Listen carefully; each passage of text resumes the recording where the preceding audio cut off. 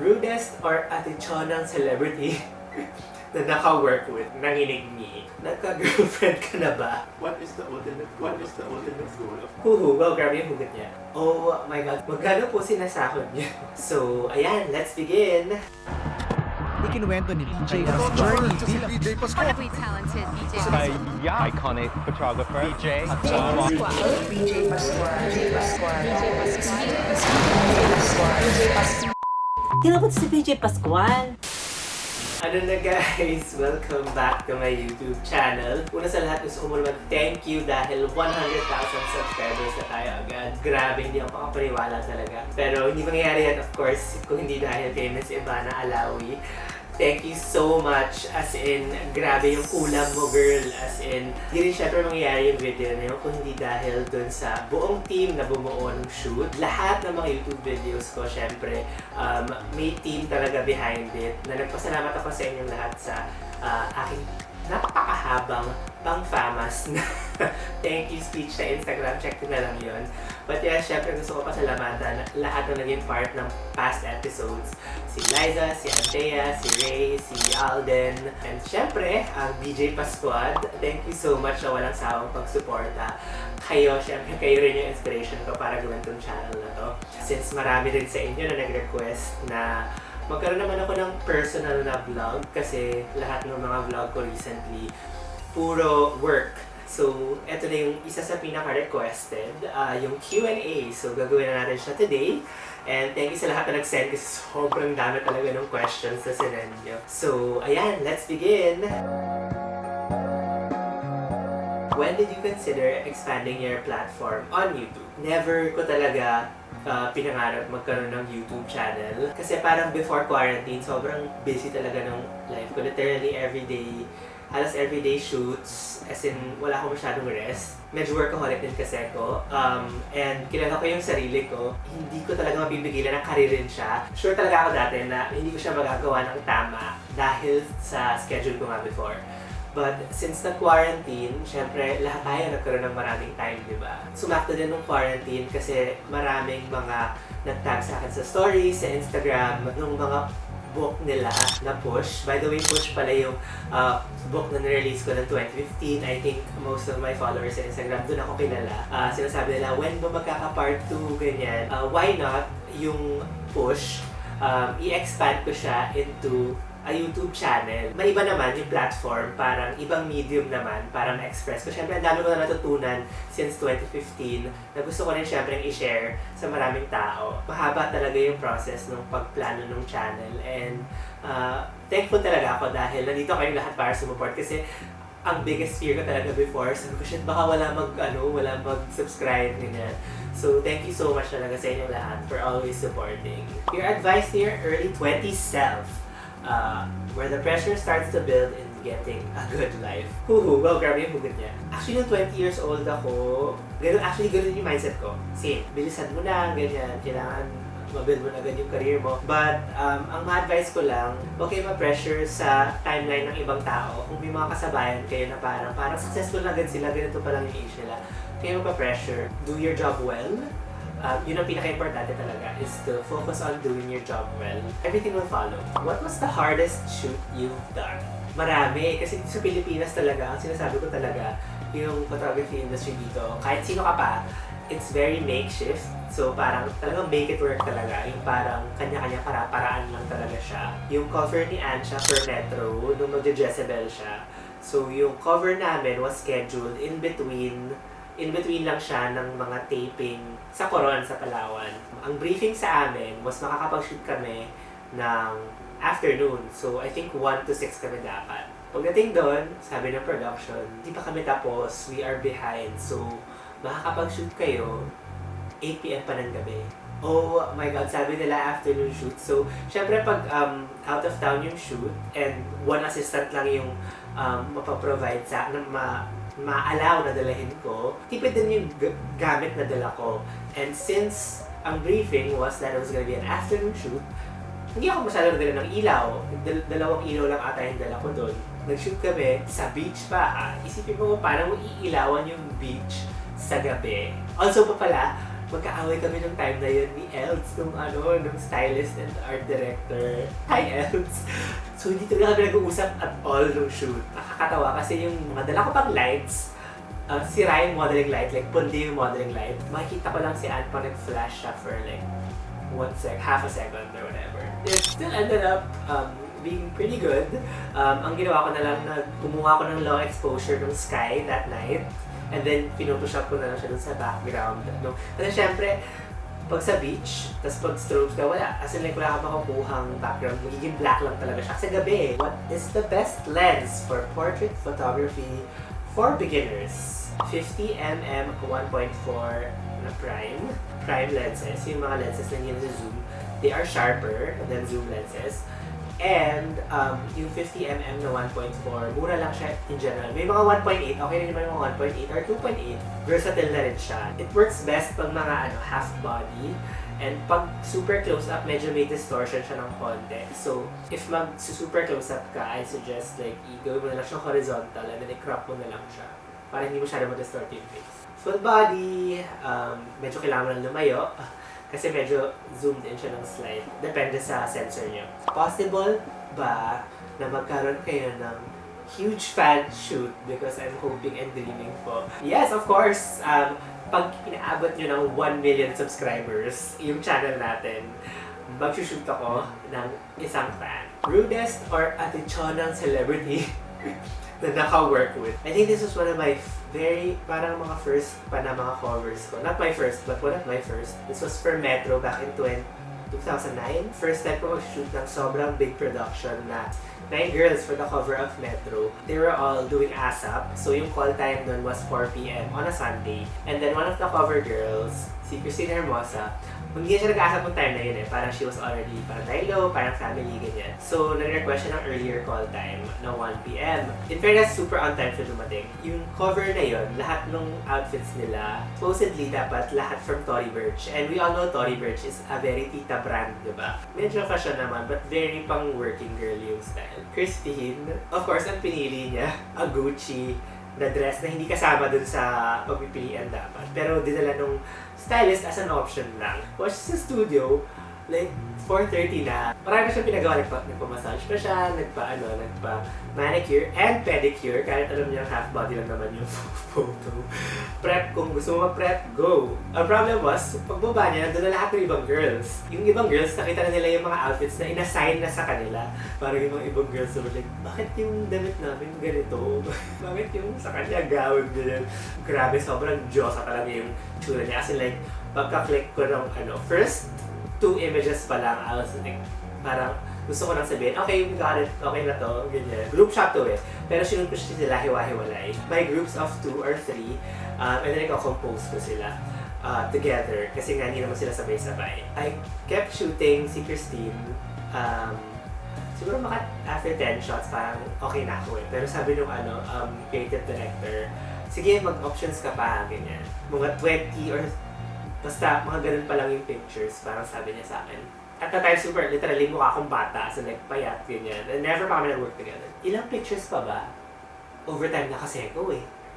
Nanginig ni. Tapos, okay na. And then, nakita ko yung stylist, si Rex, namumutla siya. Yung dress na Gucci na 200,000. Nalagyan ng nail polish. Ending, natanggal naman yung nail polish dun sa gown, so nabalik naman niya ng hindi siya nagbabayad. And the cover turned out really nice. And actually, one of my most memorable covers kasi na-recreate na siya recently. Julia, Liza Catherine Janela, ganyan. Naging controversial din, by the way. But anyway, magkano po sinasahod niya? Iba-iba kasi yung rate niyan. Depende sa gamit. Depende sa usage. I mean, may editorial rate, and yung editorial meaning ito yung mga magazines, covers, ganyan. And basically anything na makikita yung pangalan mo as a credit. Yung mga covers na yan, super maliit lang talaga yung bayad dyan. At most, you can get low 5 digits for a cover shoot. Or usually 4 digits lang talaga siya. For editorials especially. Usually, ginagawa talaga ng mga photographers and mga creators in general, like makeup artists. Sobrang baba talaga ng mga rates pag editorial. Pero ginagawa namin siya to showcase our creativity. Para mas may freedom to showcase more of your vision, your talent, ganyan. And also, may credit ka dun eh. Parang yun din yung way para makilala ka ng mga tao. Kasi nandun yung pangalan mo sa magazines eh. And also a way to work with the best people in the industry. And then, on the other hand, merong commercial shoots. Yung commercial shoots naman, ito yung mga nakita nyo sa mga billboard, or yung sa mga advertisement sa mga supermarket, yung sa mga packaging, ng mga pictures ng mga artista na may hawak na deodorant, may hawak na kantuna, ganyan. Doon kami kumikita talaga. Yun ang bread and butter namin. Higher 5 digits to 6 digits, sometimes 7 digits. Pero yung mga jobs na yun, actually, madadali lang siya usually. May specific na gusto yung clients. Basic lang talaga siya na parang studio background lang, na parang may hawak lang sila na mga kantuna or deodorant nga, ganyan, or sanitary napkin, feminine wash. Yun lang, usually marami siyang options. Like usually buong araw yung shoot. Gagawa kami ng 3, 4, 5 outfits. Pero lahat ng outfits na yun, maraming options. Meron siyang hawak na yung product, meron nasa table yung product, tapos nag-laptop siya, meron ka cellphone siya, ganyan. Medyo wala masyadong creativity in it, but that's what pays our bills. Doon namin nakahasa yung parang pag-deal with clients, with agencies, with a lot of people. Kasi yung mga shoots na ganyan, maraming tao involved eh. Kasi aside from, of course, the artista, nila yung entourage nila, yung agency, and then may production house pa, and then yung clients. Okay siya na practice in dealing with people also. And also, syempre, mainly, because it pays the bills, yun yung bread and butter. Na hindi nyo usually nakikita na yan online. Sa mga, especially sa Instagram ko, I rarely post mga commercial work. Usually, yung pinopost ko lang is yung more creative and more editorial photos. Name the local and international photographers who have inspired you. Number 1 talaga, si Richard Avedon. I super love the parang simplicity, the cleanliness, the crispness, the dynamics of his photos. Kasi sobrang classic and sobrang iconic ng mga images niya and super timeless. Si Ritz, another photographer na sobrang iconic ng mga photos. Yung contrast, yung simplicity din, pagka-graphic ng images niya. Sobrang, pag nakita niyo yung photos, nilang dalawa, parang sobrang tumatatak talaga sa isip. And parang gusto ko rin, I guess, ma-achieve with my photos. Local naman, si Mark Ticdao. High school pa lang ako. Nung first time ko nakita yung work ni Mark sa magazine. It was called Bear Magazine. Puro siya editorials, pero puro artista yung mga nasa editorials. It was very, ngayon ko lang na-realize na parang sobrang progressive niya at the time. Kasi literally wala masyadong text yung magazine. Tapos puro ano lang siya, puro photos, puro editorials. Doon ko nakilala halos lahat ng mga local, yung mga names ng lahat ng mga local photographers and kung ano yung style nila. I think nag-stand out talaga yung work ni Mark Ticdao. And especially I was in high school, parang wala ko alam sa fashion photography. Actually nakapag-collab na kami on a preview cover. So, isa rin yun sa highlights ng career ko. Kasi parang sobrang idol ko talaga si Mark Ticdao. And then, nangyari yung shoot na yun. Parang hindi talaga ako makapaniwala na nag-collaborate kami on one cover. Idol. I was shooting with Troy Sivan. Actually, he was super nice. Yung album niya nun was Blue Neighborhood pa ata. He was only starting to be internationally known as a singer kasi YouTuber din talaga siya. I actually became a fan because ang dami nagsasabi sa Instagram ko, like every post ko ng picture ko, may comment na, you look like Troy Sivan, you look like Troy Sivan, kumukha mo ng Troy Sivan. Naging fan na rin ako actually. And then nung shoot ko na siya, I was super excited of course. The day of the shoot, maaga ako dumating, nag-light test ako, ganyan. So nakaupo ako sa isang computer chair. Kinalapit ako ng agent ko, pag ikot ko ng computer chair, nandun si Troy. Nagulat ako and parang syempre na-starstruck din ako kasi palagi ko siya nakikita sa YouTube. Yung intro niya sa akin was, hey, I'm a big fan of your work. I can't wait for our shoot today. Super na-starstruck ako, hindi na ako nakapagdata. Sabi ko lang, thank you. Hindi man lang ako nagsabi na parang, I'm a big fan too, ganyan. So parang natameme na lang ako, tapos yun na lang yung nasabi ko. Well, sinabi niya yung big fan, I guess kasi nakita niya yung portfolio ko. Nag-submit kasi ako ng special na portfolio para kay Troy. Tapos nilagay ko din sa yung first page ng portfolio was Sky Ferreira. Syempre musician din. Para may connect, ano ba yun. Kaya, ayun, parang he was super nice and super bait niya. And super machika siya. Pero sobrang, after nung intro na yun, nahiya na talaga ako sa kanya. Super natameme na ako the whole day. One regret ko yun, sana shinika ko siya more. Okay, this is a good question. Anyone who's a photographer these days, what differentiates the pros from the amateurs? Actually, there's nothing wrong with being an amateur naman ngayon. I mean, ang dami-daming amateur photographers ngayon na kung nakita mo yung work nila, maganda rin talaga siya. Ang labanan ngayon talaga is vision.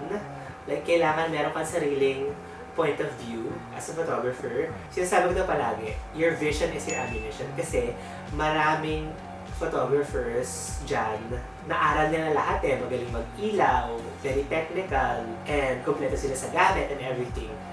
And mamahalin lahat ng gamit nila. But yung mga ganong bagay, pag-iilaw, lahat matututunan mo na yan sa school eh. Or magbasa ka lang ng photography books, or manood ka lang ng YouTube, matututunan mo yan. Ang pinaka-importante is yung vision mo, yung point of view mo, kung ano yung pinapakita mo every time na nag-shoot ka. Yung parang consistent thread mo dun sa work mo. Especially dun sa editorial work na gagawin mo, or yung mga creative na mga shoots na gagawin. Yun talaga yung magse-separate ng other photographers from good photographers. With everything that you have achieved, what is the ultimate goal of BJ Pascual? Ano bang goal ko? Dati kasi simple lang yung goals ko eh. Like parang gusto ko ng cover ng preview, gusto ko ng cover ng bedroom, gusto ko ng cover ng mega, gusto ko ng billboards, ganyan. I don't know, I guess more international work. What is the ultimate goal of? I guess yun, goal ko is to get more international work.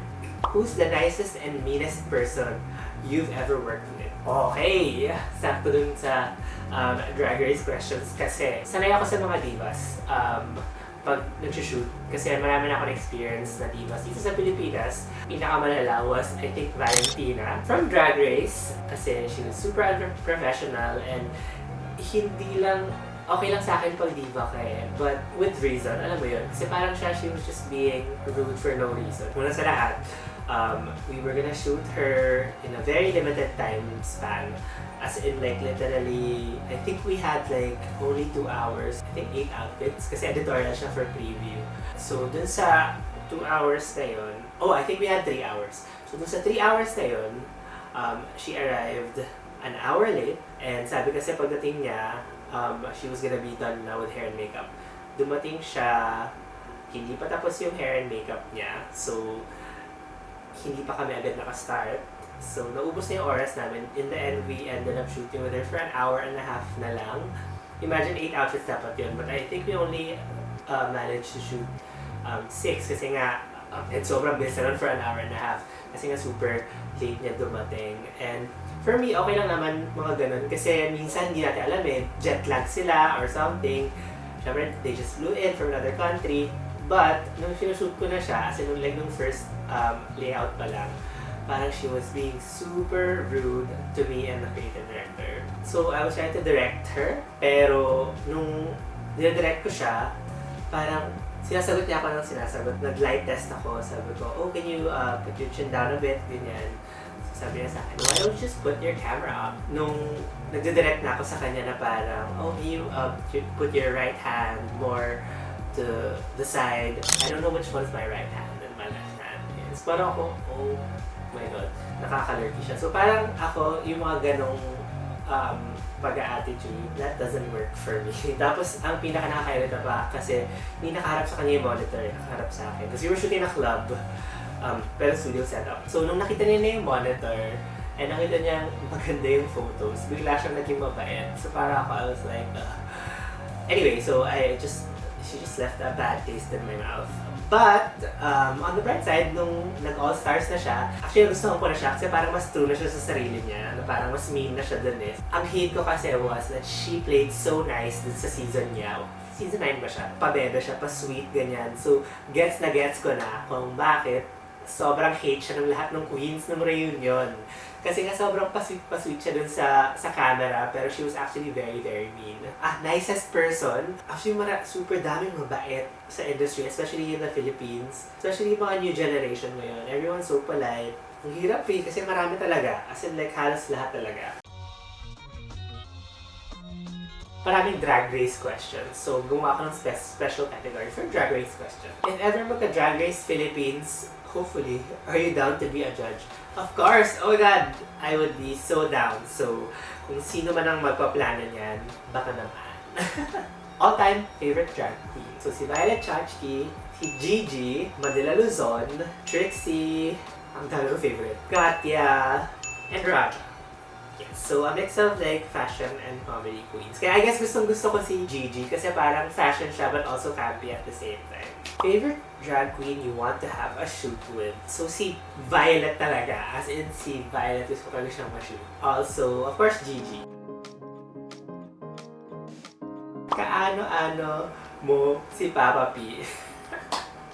Alay ko na kung itong question na to. As far as I know, hindi kami related. But, na-shoot ko na rin siya a few times. Ang masasabi ko lang, sana naging daddy ko na lang siya. Charot. Feet size. My feet size is actually 8.5. But usually yung shoes na binibili ko will be either 9.5 or 10. Kasi, actually may secret ako. So yun nga, ang height ko kasi as 5'6". And very maliit ako for a guy. Super biggest insecurity ko yung height ko, I guess. Sa family ko, like, lahat naman ng boys, hindi naman sila maliliit. Like, mga 5'9", 5'10" above sila. Ako yung pinakamaliit sa mga guys. So, ang ginagawa ko actually is, dati ko pa ito ginagawa, guys. So yung shoes ko, bumibili ako ng one size bigger para malagyan ko ng shoelet sa loob. So ito mga shoelets na to. Dati sa Korea ko lang sila nabibili. Siguro mga 8 years ago. But ngayon, syempre meron na siya sa Lazada. And sa stack to. Depende kung high cut yung shoes. Pwede mo siyang taasan. Secret for all of you petite guys out there. Shoelets. Yun ang tawag dyan. Pwede nyo i-search na lang sa Lazada or Shopee or whatever. FMs don't have proper and enough representation. View on this please. Thank you. This is one of my advocacies also kasi parang, especially here in the Philippines, very uso pa rin yung FM shaming. For those who don't know, FM shaming is pag yung effeminate yung isang tao, hindi na mag-matter kung bakla siya or hindi. Meron din naman mga straight guys na effeminate.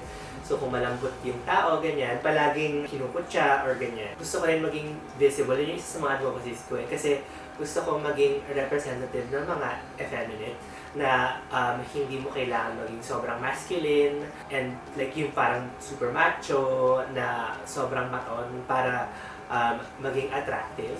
Parang pwede kang mag-makeup or nag-heels. There's nothing wrong with that. And you can still be attractive and just be yourself. Parang on the other hand naman, actually, syempre kasi nung quarantine lang siya nang ginagawa. So, workout lang ako. So, nag-post ako ng maraming shirtless photos sa Instagram. Naging biktima naman ako ng mask shaming, I would say. Or paminta shaming. May ganon. So, ayun, parang sinasabi naman ng mga tao na parang, ngayon kinakaya mo na yung pagiging effeminate mo, ganyan. Pero hindi naman talaga. Syempre, quarantine, wala naman akong pagsusuotan ng heels ko, di ba? So, just be yourself. There's nothing wrong with being effeminate one day or the next day, medyo mask naman ng konti. You can be one or the other. You can be both. And there's nothing wrong with that. Who is your girl crush? Marami akong girl crush, actually. Mahilig talaga ako sa, na-appreciate talaga yung mga beauty ng girls. Kaya, I guess kaya ako naging photographer. And I guess kaya ako effective na photographer kasi mahilig talaga ako sa mga women. Angel Aquino, number 1. Dream ko talaga siya ma-shoot. Gusto ko siya ma-shoot. Sana ma-shoot siya. Siya na lang yung parang, I think dito sa Philippines, siya na lang yung hindi ko pa na-shoot na celeb na gusto ko talagang i-shoot. Who's your showbiz BFF? Siyempre si Janine. Nag-start kami as photographer and muse yung new relationship namin. But till days, naging super close na rin kami. Marami na kami pinagdaanan. Si Liz Uy. Parang isa si Liz, yung sa una kong mga naging ka-close sa industry. Kasi, number 1, pareho kami Jeje. Nagkakasundo kami sa mga references. Si Georgina actually close ko din. Secret Jeje din yun si Georgina actually. Honestly, siya talaga yung unang nag-push sa akin. And parang si Georgina yung closest thing I have to a mentor, I would say. Ang dami niyang advice na nabigay sa akin. nung nagsisimula pa lang ako, nung first kami nag-start ng shoot. Actually, in the beginning, takot talaga ako kay Georgina kasi may reputation talaga siya as a diva. But nung nagka-shoot na kami finally, super nagustuhan niya yung work ko and super mabait siya. Tinulungan talaga niya ako as in, literally, siya yung nagsabi sa akin na baguhin ko yung yung Twitter handle ko kasi hindi ko pangalan yung Twitter handle ko before. Marami siyang advice na binigay sa akin, like, piliin mo kung ano yung projects na gagawin mo, especially pag magazines. Piliin mo yung magazines na pag-shootan mo. Hindi pwede yung lahat na lang pag-shootan mo. Really find a team that works. Parang gano'n. Siya yung nagturo sa akin na parang hindi pwede yung pwede na. So, hindi naman talaga diva si George. She's very specific kung anong gusto niya. And I think there's nothing wrong with that. She just wants the best from everyone and for everyone. Are you ready? Let's get to it. Ano ang meaning ng BJ sa name mo? Palagi tatanong sa akin. Kasi actually, ang real name ko talaga is Chris Pulo. Baho, diba? Chris Pulo Pascual Jr. Ang nickname ko is BJ dahil yung dad ko na, syempre, si Chris Pulo Pascual Sr. Pinanganak siya sa Bern, Switzerland. So, ang nickname niya is Bern. Kahit wala yung sa birth certificate niya. Nickname lang niya yan kasi doon siya pinanganak. So, ako si Bern Jr. Kaya PJ. Ayun, medyo boring siya. Kaya minsan sinasabi ko na lang, mahilig ako Anyway, I see you as a confident person. Wow, do you have any insecurities? Very insecure akong lumaki. Actually, syempre, being in the closet and everything. I was on the chubbier side. When I was in grade school and a bit of high school, I was actually bullied nung, I think I was in grade 4 or 5 noon, by my classmates. Everyday tinatawag nila akong potbelly kasi malaki yung tiyan ko. Tumatak talaga sa akin yun eh. So I guess kaya ngayon parang grabe din yung obsession ko with my body. Very traumatic yun for me. Everyday ako umiiyak noon. But I mean, kaya naging friends ko na rin naman yung mga nambully sa akin dati. So, all is well. And also my height. Mahilig ako syempre mag-outfit. And, I mean, natin syempre yung mga matatangkad, mas marami silang silhouettes na napupull off. Typical day outside the studio. Okay, akala ko same ng previous question. Kung wala ako sa studio, honestly, usually nasa kwarto lang ako, nanonood ng Netflix, nakahiga, or matutulog. Kasi kung hindi ako nag-shoot or hindi ako nag-edit, papahinga ko lang talaga. Usually, dito or sa Cavite, visit ko yung grandparents ko.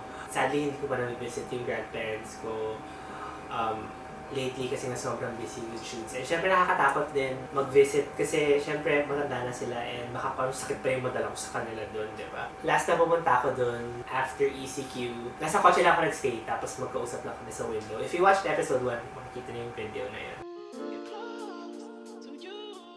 Ano pong diet nyo? Exercise? Or you do IF po ba? This is from Pia Aminet. Medyo mahirap siya explain, but basically, ang ginagawa ko is macro counting. Pero flexible naman siya. So basically, yung naka-count yung protein, yung fats, tsaka yung carbs. Parang may specific values yon na parang kailangan ko ma-meet. Since wala naman ako talagang pinaghahandaan ngayon, hindi siya masyadong strict as kung halimbawa may pinaghahandaan ako. So, very flexible naman siya. Like, everyday yung 2 meals ko is prepared na dito at home. Or kung nasa bahay lang ako, 3 meals ko talaga, dito ko na lang kinakain. And if may shoots ako, basta yung 2 meals ko a day will be prepared. And then the 3rd meal, kahit ano na pwede kong kainin. Basta medyo fit pa rin siya dun sa macros ko, sa calorie counts. At least 5 times a week na weight training, and then 3 times a week na cardio. But since may shoots ako recently na super nagsunod-sunod, parang hindi ko na siya masyadong susunod. Na actually super, nung nagsimula talaga itong YouTube, medyo nabago talaga yung, hindi na ako ganun ka-consistent. Since ngayon medyo may flow na, medyo na nakuha ko na yung flow nung pag-work with YouTube, exercise ulit ako ng more regularly. With, of course, Coach Julius. Follow niyo siya, magaling siyang coach. What made you want to be fit? Dahil talaga to sa isang guy na sinart ko i-date before. Kung pinafollow niyo ako sa Instagram, kilala niyo to.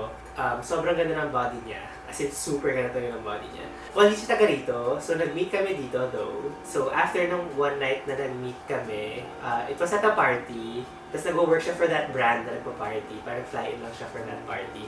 And then, we had so much fun that night, and then the next day, umalis na siya. Parang sabi ko, okay, so next time na magkita kami, maganda na dapat yung katawan ko. And so yun, it was because of a guy, initially. But now I do it really just to better myself. What's your comfort food? Number 1 ko talaga is pizza. As in like, wala akong kasawa-sawa sa pizza talaga. As in, anything carby. Pasta go din. As in like, I guess, Italian food. Yung ma-carbs talaga. Pero ni artichoke pizza. Yes, artichoke pizza. Kakamiss. Gusto ko tuloy bigla ngayon. What is your favorite lip product? Now my favorite lip product is this. My Tweedy. The shade is My Tweedy from MAC. It's Powder Kiss. Ang ganda yung shade na to kasi yung lip products na ginagamit ko lang usually is pangpa-lighten ng lips. Kasi when you get older, your lips and your nipples actually get darker dahil sa hormones. Binabalik ko lang yung dating kulay ng lips ko with, I try to find like nude, parang pinkish nude na peachy na shades na a tiny bit lighter than my actual lip. Parang it's super obvious na naka-lipstick. What's your go-to outfit? Palagi lang ako naka-PPE, syempre pag lumalabas. Kasi lumalabas lang talaga ako kapag may shoot. My favorite PPE is of course by Owa Sylvia. Actually gawa siya ng lola. She is 80-something na. Lola ng friend ko na si Martin Tanda. Hi, Martin! Sobrang ganda ng PPE nila and it's super affordable. Like, dami kasi mga designer na PPE ngayon na super mahal. 3 na yung Owa Sylvia ko na PPE ngayon. More na pa ako ng isa, so maging 4 na siya. Super cute ni Owa Sylvia din kasi. Nakakatawa siya kasi parang sobrang pasumit siya na lola. Tapos palagi lang niyang inaaway si Martin. In a sweet way. So, yun. Love lolas. I love you. Okay, thank you. What about me? You? Maybe I love you. Favorite Prada era? Obvious ba, mahilig ako sa Prada. Referencing Prada recently a lot. Actually, sa mga shoots. Like yung shoots ni Liza and ni Ivana. Parehong Prada yung references. Early 90s, pareho. Prada has always been consistent naman for me. But I also loved yung James Jean collab. So yung puro painted lahat nung mga fairy-fairy, yung mga outfit, yung mga dresses, and yung mga shoes, pati yung mga bags. And also, basta yung may mga paintings din yung collection na parang feminist paintings. Na na-shoot ko siya for preview with Sam Pinto. It's one of my favorites also. Favorite designer pieces that you own? Okay. Parang hirap naman pumili ng favorite. Parang may sentimental value sila sa akin lahat. But I guess yung first pair of Balenciaga boots, high heel boots na binili ko, yun yung pinaka-favorite ko. Kasi yun yung pinaka-gamit na gamit ko rin. Pinasuot ko pa kahit kay James Lee sa cover niya ng garage. Yung Dior na saddle bag. Actually, clutch yung binili kong size kasi sobrang laki sa akin yung actual na saddle. Who are your favorite models in the 80s and 90s? Oh my God, sobrang gusto ko yung era na yun ng supermodels talaga, yung original supermodels. But my faves are Naomi and Linda. Silang dalawa talaga yung pinaka-favorite ko. But actually, you know what, after watching mga interviews, super love ko rin si Cindy Crawford. So yeah, silang tatlo. Nilas ko talaga ang relationship topic. First question, if gay marriage was allowed in the Philippines, would you wanna do it? Of course! Isa rin yan sa kino-hope ko na sana matuloy. Sa ngayon, medyo malabo pa talaga siya. Especially marami tayong ibang inaalala ngayon ni pandemic. Ang hope ko lang sana, kahit yung anti-discrimination bill lang, yung SOGI bill lang, kahit yun lang, sana maipasa. Wala pa dong civil partnership sa SOGI bill. So, kung magkakaroon man, matagal pa. Pag sinabi kasi yung gay marriage, iniisip agad itong mga tao parang kasal sa simbahan. No, ang gusto lang namin, at least I'm speaking for me and a lot of gay people, yung civil rights lang, civil partnership lang, para magkaroon lang kami ng same na benepisyo ng mga straight people na partners. Kasi syempre ang hirap, halimbawa ako long-term partners kami dalawa ni Mike, and God forbid may mangyari sa isa sa amin. Kung may mangyari sa isa sa amin, yung isa sa amin hindi makaka-claim sa hospital ng katawan. Yung isa, alam mo yun, kung nasa ER, hindi, tas unconscious yung isa, hindi makakapasok yung isa kasi hindi kami next of kin eh. Wala kaming papel sa pinakahawakan, di ba? And hindi lang yun eh, marami pang ibang issues kung wala kaming papeles. At halimbawa may couple na hindi sila tanggap ng mga magulang nila, namatay yung isa, since hindi tanggap ng magulang yung relationship nila, lahat ng pinundar ng couple na yun, pupunta lang dun sa pamilya nung na hindi naman tumatanggap talaga dun sa person na yun to begin with. And wala makukuha yung partner niya for a long time. So, yun lang naman yung hinihingi namin. Hindi talaga siya church wedding. Civil rights lang, guys. So, ayun. So, yes, I want to be married, of course. And marami na akong ideas kung saan ako ikakasal.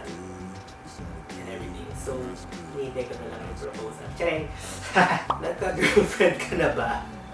From Pepaw_pig. Actually, yes. Well, technically, nagka-girlfriend na po. Although parang, I don't think nagmamahal kami ever or anything. Very ano lang. Siyempre, peer pressure, ganyan. So parang, sige, tayo na, ganyan. So parang siya pa yung naligaw sa akin. There's nothing wrong with that, of course. Very progressive na si ate girl. Masaya na siya ngayon. May pamilya siya sa States. How many exes do you have? The exes ko. 1. Well, exes 4. 4 exes before mine. Huwag na natin silang pangalanan sa ngayon.